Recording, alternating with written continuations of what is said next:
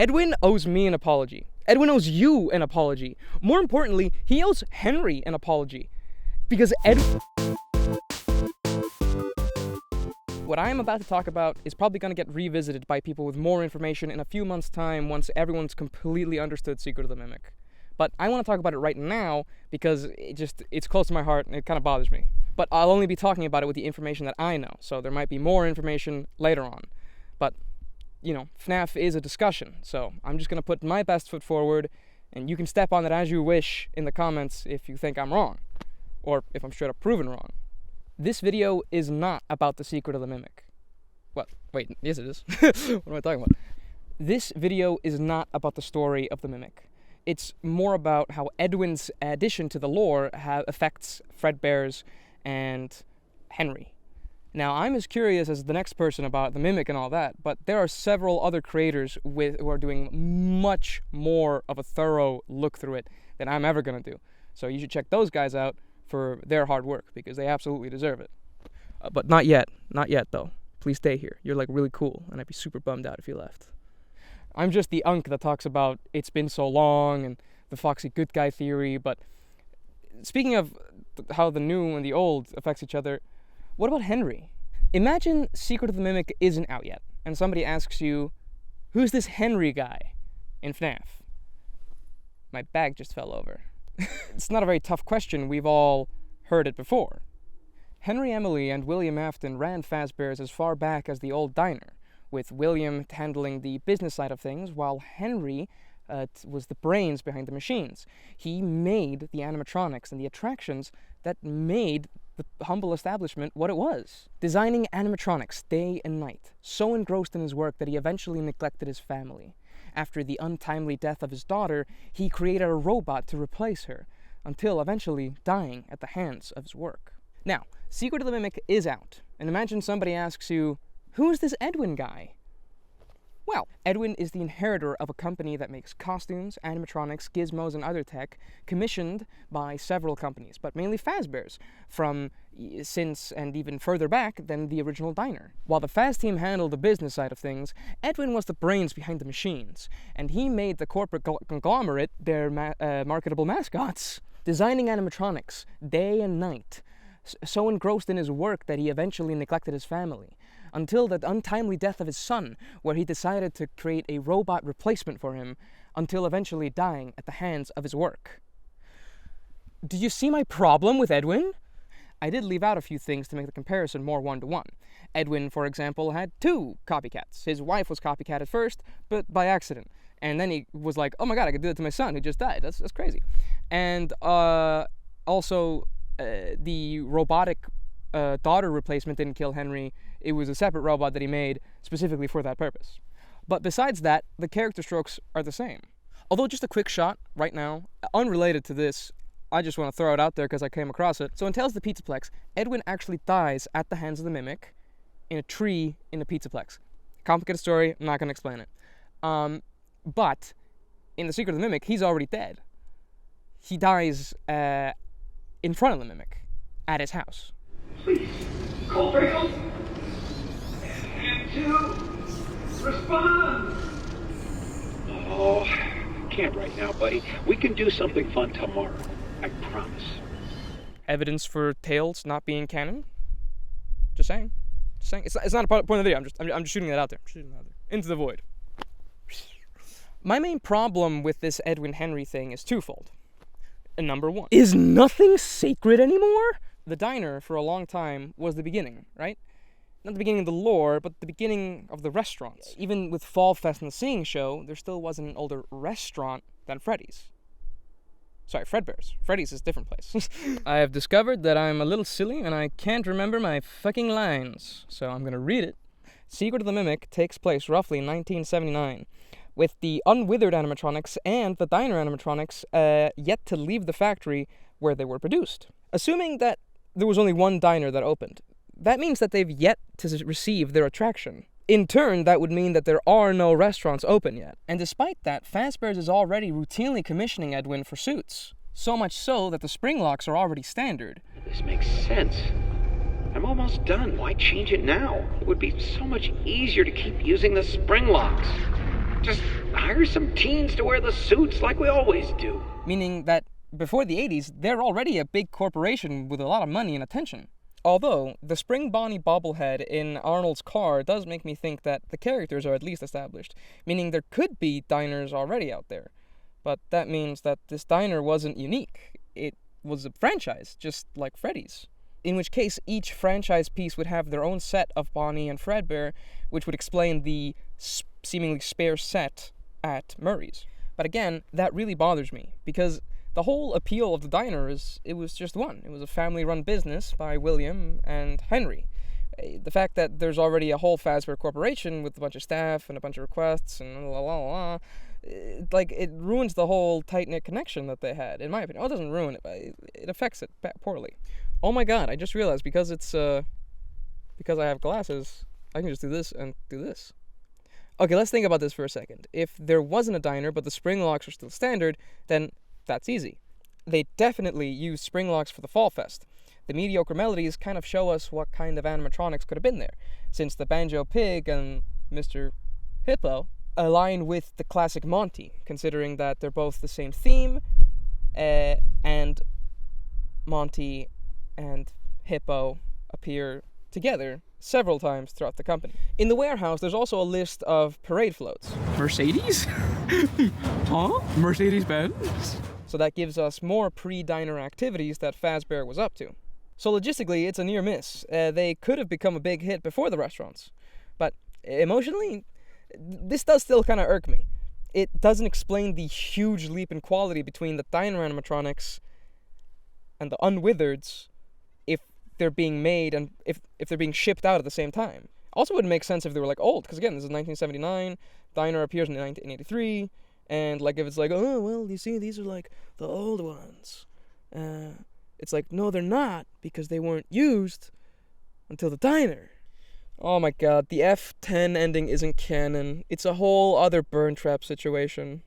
Oh my god. That has to be it. It's the only other reason to have another Fnaf location hidden in a place where it absolutely does not belong. Except for this time, it absolutely does. You can make a case for burn traps thing. Oh, look, the Fnaf 6 location was built like an Indian burial ground. The Pizzaplex was built on it for William Afton reasons or whatever. I don't care, right? But like, Fnaf 1 location that was made in the 90s is for some reason in the late 70s in a warehouse hosting a wife ghost, a waifu ghost, fucking Edwin's waifu VTuber. What is this? But with the fact that it's a burn trap situation, that probably means that the diner animatronics are already out in a diner somewhere in 1979. And they were just there for fan service, so we could go, well, look, it's the Bite of 83 guy, it's the Bite of 83 guy. And yeah, I know, again, I know, those are the FNAF 1 animatronics. No, they're the Unwithereds. They're the Unwithereds. Why are they Unwithereds? Because if they are the classic animatronics, then who are the Unwithereds, right? Either they are the Unwithereds, or FNAF 2 is a fucking sequel, because, like, oh my god, I don't know, just this...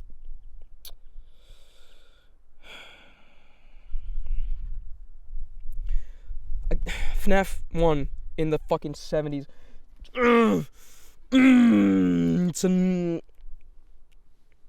It's annoying me. This is bothering me.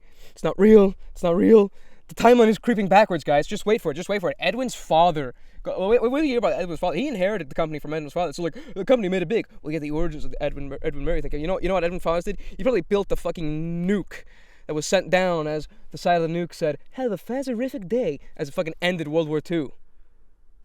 I wouldn't be surprised if we went there. We went there. We might go there, man. We might go there.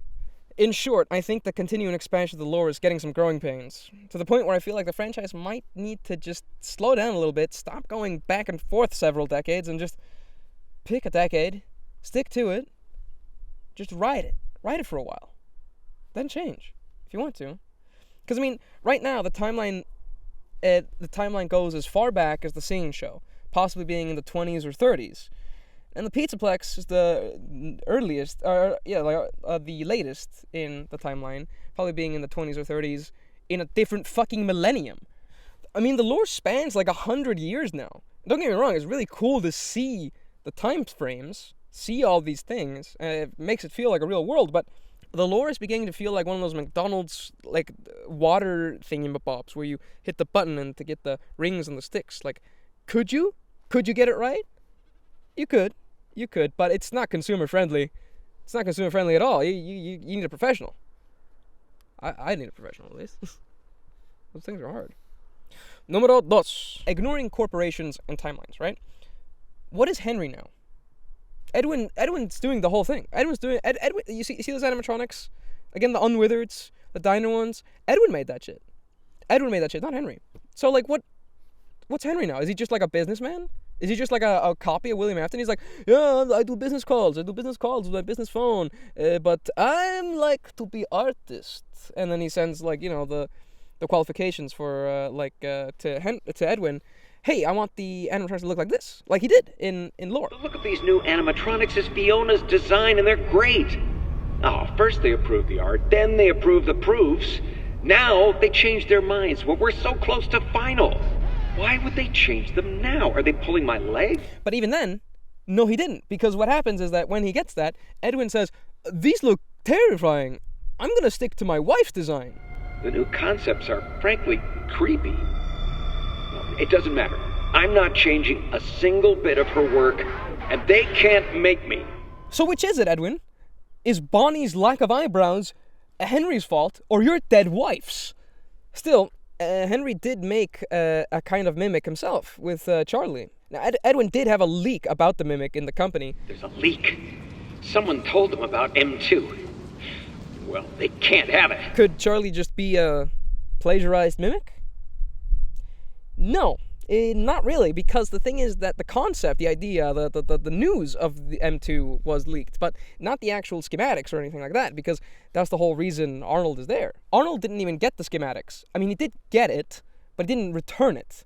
The mimic took it and just started wandering off. So Henry is still the genius that we all thought. He can make animatronics from scratch. He can do this himself. But if that's the case, why was he commissioning Edwin the whole time, and why didn't he just make it himself? It was at this point in production, and by that I mean after I finished the script, but then just had a really hard think about it before I started filming this absolute lunacy that is right now. I'm so sorry you're bearing witness to it. That I realized the answer was already in my writing. See, Edwin died. By the time Arnold gets there, he's already dead. Please, call for help. And I don't know if you remember this, but the Unwithereds, they're unfinished. But by the time that we see them, well, by the time we've seen them, they've been finished and then dismantled again. But they're active, right? They're complete. They're more complete than we see them here. Edwin didn't finish that. Edwin's company didn't finish that. It's not insane to say that just Fazbear's went back there after the Mimic to reap more stuff. They likely took the animatronics, and it ended up on the workbench of Fazbear's local engineer, Henry. And he then finished the Unwithereds, reused the diners, the Springlock diner ones, and that would explain why the Unwithereds don't have Fiona's design. Because the thing is that Henry finished it. Edwin couldn't rectify it.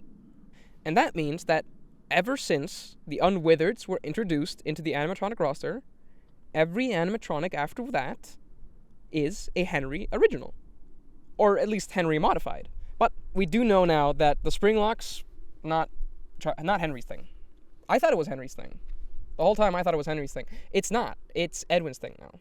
This does feel like it destroys the family-run vibes that I always associated with the diner, but at least it's not as bad as I originally thought it was. This does invalidate a few of my earlier points, but that's what having a discussion is going to do. We're going to come to conclusions that we didn't have at the start. But unfortunately, this does mean that I have to rewrite the ending of the video, which is a pain. When a new Fnaf game comes out, the lore is often thrown into question, and it gets convoluted and even harder to follow, narrowing down the fan base as OGs leave, saying, "Look at how they massacred my boy," but balancing out with the influx of new fans. Keeping the Fazverse in mind as we slowly reach FNAF 57 gets progressively harder by each installment. The timeline gets muddier and murkier by each game, book, and movie. The clear image of 2015 or even 2017 FNAF is gone. it's a much bigger thing now. The story that we loved and the story that the new fans will love are not the same. But that's not a bad thing. It's a difficult thing. It's a confusing thing. But it's not a bad thing. Because Fnaf isn't just a mascot horror. It's a slasher. Now, it's not a slasher by genre. We're not playing as a bunch of kids getting massacred one by a big hunk of mass that makes everyone's hear me out list. But, well, actually, I guess he does. I guess he does. Ever since FNAF 3 came out, I've had the distinct feeling... Wow. Jesus, fuck, I'm such an unk. Ever since FNAF 3 came out, I've had a distinct feeling that we're watching the rise of a new Jason Voorhees. Or a new Chucky. A new Jigsaw. A new Scream. Technically an old Scream, because Matthew Lillard already played him, so... That's really cool. I like that. I really like. That's why I was so happy when I heard Matthew Lillard was playing. I was like, he did Scream. Yeah. Anyways, I know we all feel this way. That FNAF belongs in this roster, because with the new Dead by Daylight DLC, he is. He is among these legends as an equal, and all these legends had very similar issues as to what FNAF has right now. Not on the same scale, but they did have it. Jason, for example, he came back, died, came back, died, became a slug. Huh? Like, you know, Part 9 Jason really is the burn trap of the Friday the 13th. I gotta say. Slug. You guys want that? Well, we kind of did get, like, Slug Jason in FNAF. Glitch Trap. Glitch Trap was kind of like Slug Jason. Because he died... but not really, because he can't, and then he like went into people and like manipulated them. So like, yeah, I'm gonna be honest though. I really want to make a video on how Jason Voorhees and Springtrap are the same guy. Freddy Krueger had like a weird meta thing where he was in the real world for a while, and Saw is literally a soap opera with a timeline that bounces back and forth more than FNAF. Insane. Right now, as more lore is being added on top, it gets a bit frustrating and a bit annoying and a bit concerning because it throws everything into an imbalance. Just like with Saw, when Jigsaw and Spiral came out, that kind of threw everything for a bit of a loop, right? But Saw X is one of the best in the franchise. I'm really derailing here. It feels a little frustrating and annoying when the lore is being shaken up like this. But that's what the theorists are here for. Right now, they're doing all this masterful work untangling the new information, far more important information than me just crying about diners, into a cohesive narrative. Is the narrative straying further and further from its roots as it adds to the front, middle, and back of the timeline? Yeah. Does that upset me? Yeah. But the thing is, FNAF is our saga.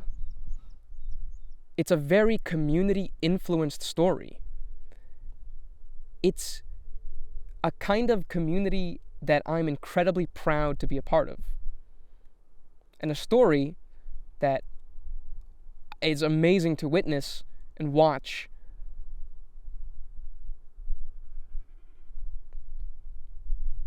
And see grow. Because I can guarantee you, if you asked somebody from the Golden Age what FNAF was going to be like now, they could have never guessed this. And I'm pretty happy with where it is. And I am incredibly proud of every member of the community that does a lot more work than I ever would.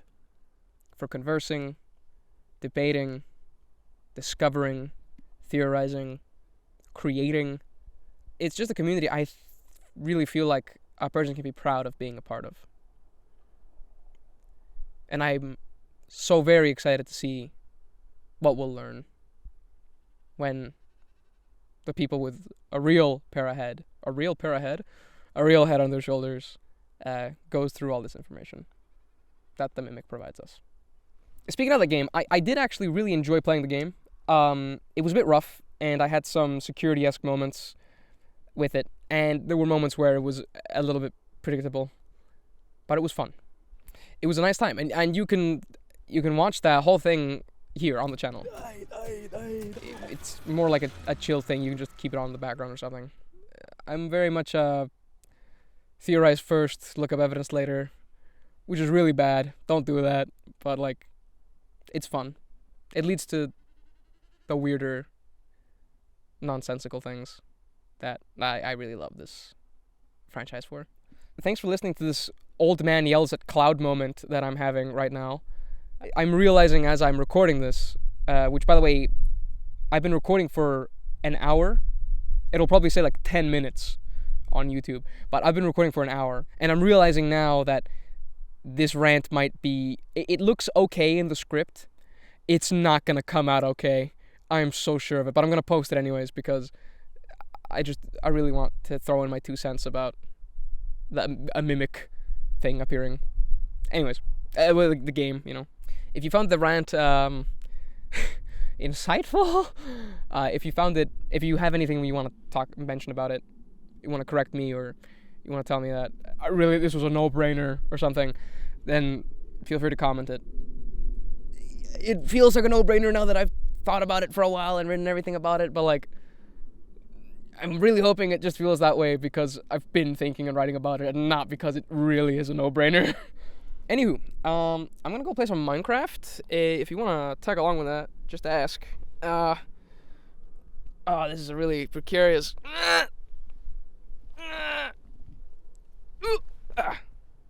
All right. Toodles.